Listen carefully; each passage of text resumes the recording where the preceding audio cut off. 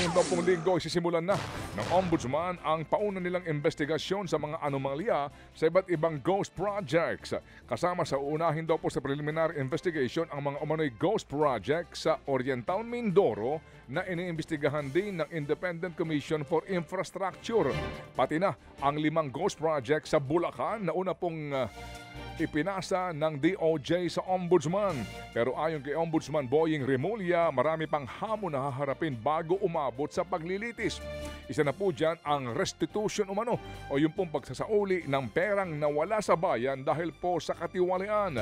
Bukod sa mga proyekto, isa rin po sa gusto pong talakayin ni Remulla sa mga hukuman ang conflict of interest na kinasasangkutan ng mga government officials. Sa kabuuan, aabot daw sa hanggang 70 politiko ang kanilang iniimbestigahan. Nagbanta naman po mga senador na muling tatapyasan ng budget ng DPWH dahil sa libu-libong proyekto ang nakitaan ng red flag. Sa pagdinig po sa budget ng Senate Finance Committee kahapon, lumabas na higit 6,000 proyekto ng ahensya ang questionable. Kabilang sa mga nabistong irregularidad ay ang kawalan ng station number o eksaktong lokasyon ng proyekto, duplication o doble-dobleng proyekto, multiple phases o paghahati-hati sa isang proyekto at ang pinakamalala, ang reappearing projects. Ibig sabihin na kumpleto na ang proyekto pero gagawin muli. Suma total aabot sa 271.9 billion pesos ang halaga ng mga proyektong nakitang may red flag. Isa pang problemang binanggit ng mga senador ang overpricing sa mga proyekto ng DPWH. Ang babala ng mga senador, posibleng tapyasan ng 20 hanggang 30% ang budget sa infrastructure project ng DPWH.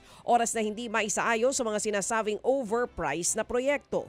Katumbas po yan ng higit 348 billion pesos na nanganganib na mawala sa pondo ng DPWH. Habang kumasa po naman si Senador Risa Ontiveros sa pagsasapubliko ng kanyang Statement of Assets, Liabilities and Net Worth o SALN. Halos 19 milyong pesos po ang kanyang dineklarang net worth ng naturang senadora noong po nagdaang taon. Si Ontiveros ang unang senador ngayon na nagsapubliko ng kanyang SALN bilang pakikiisa sa panawagan ng bayan sa transparency para sa mga opisyal ng pamahalaan.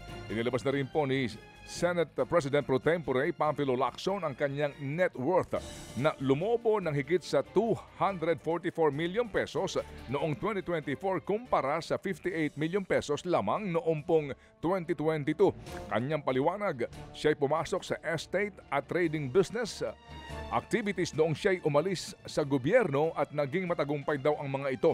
Sa Kamara po naman, hinimok ni Kabataan Party List Representative Rene Co ang mga opisyal ng gobyerno na ilabas na rin ang kanilang mga SALN. Una pong sinabi ni House Speaker Borgie D na sila'y bubuo pa daw ng guidelines kung paano po ang paglalabas ng SALN ng mga kagalang-galang na miyembro ng mababang kapulungan ng Kongreso. Samantala, posibleng magbalik bilang chairman ng Senate Blue Ribbon Committee si Senator Ping Lacson pero mayroon daw itong magiging kapalit. Ayon po kay Senator Ping, dapat ay handa siya at si Senate President Tito Soto sa anumang magiging bunga ng kanyang mga aksyon. Kabilang na ang posibilidad na babawasan ng miyembro ng majority bloc at pati na rin ang pagkawala ng Senate presidency ni Soto.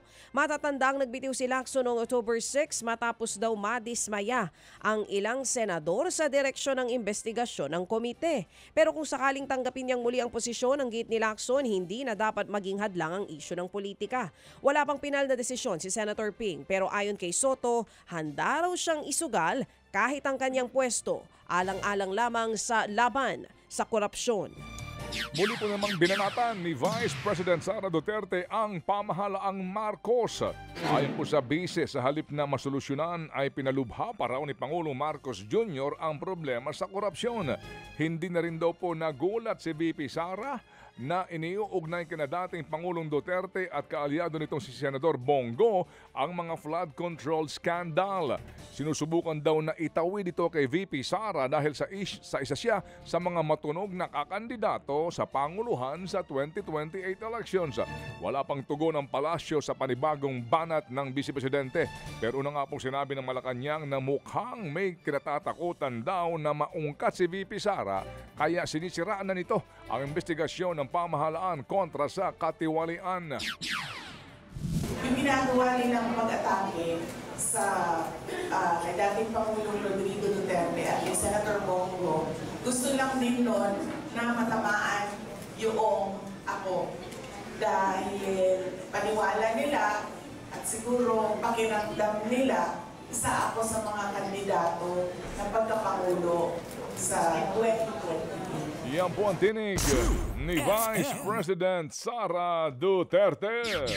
Mga kapatid, brothers and sisters, saan ka pa? Dito na tayo sa totoo.